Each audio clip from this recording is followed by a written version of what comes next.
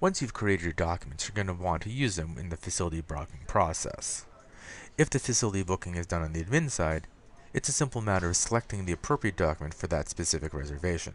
If the facility booking is done online, the system will choose which document is required based on the service that it's connected to. Let's look at the first example. I'm going to navigate to Facilities and Advanced Reservation.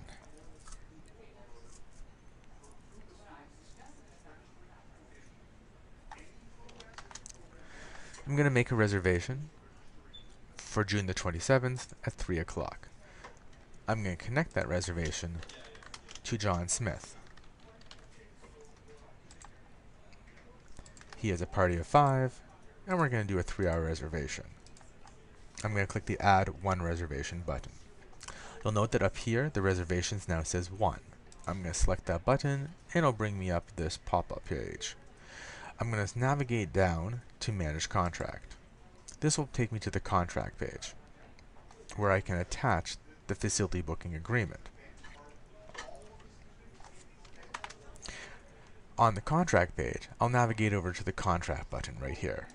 I would select the Contract button, and it allows me to choose whichever document. You'll notice that we now have the new agreement, which is the one that I just created, and also the facility booking agreement summary, which is the system one.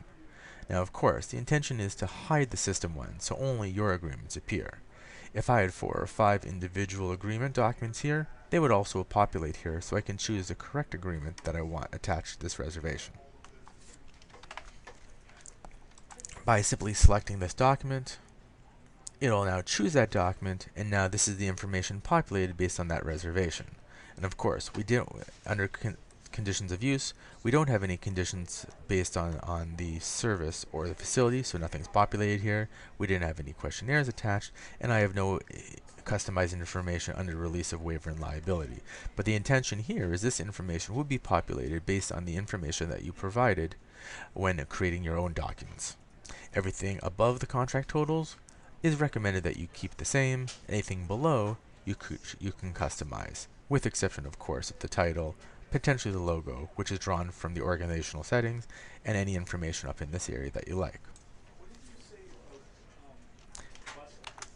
On the online side, it'll pull the information that comes from the service. So if you recall, under Reserved Facilities, we had a little icon that says Managed Services. So let's go to the Meeting Room service. So we're going to navigate over to the gear icon, select Managed Services. Now I'm going to select the Meeting Room service. Now this meeting room service, of course, would also be done online. When I'm editing this meeting room service, you'll notice that in the second section here, there is an area for agreements, agreement document. This is now where I have the ability to go and select the new agreement that we created. This means that now any reservation done online in the meeting room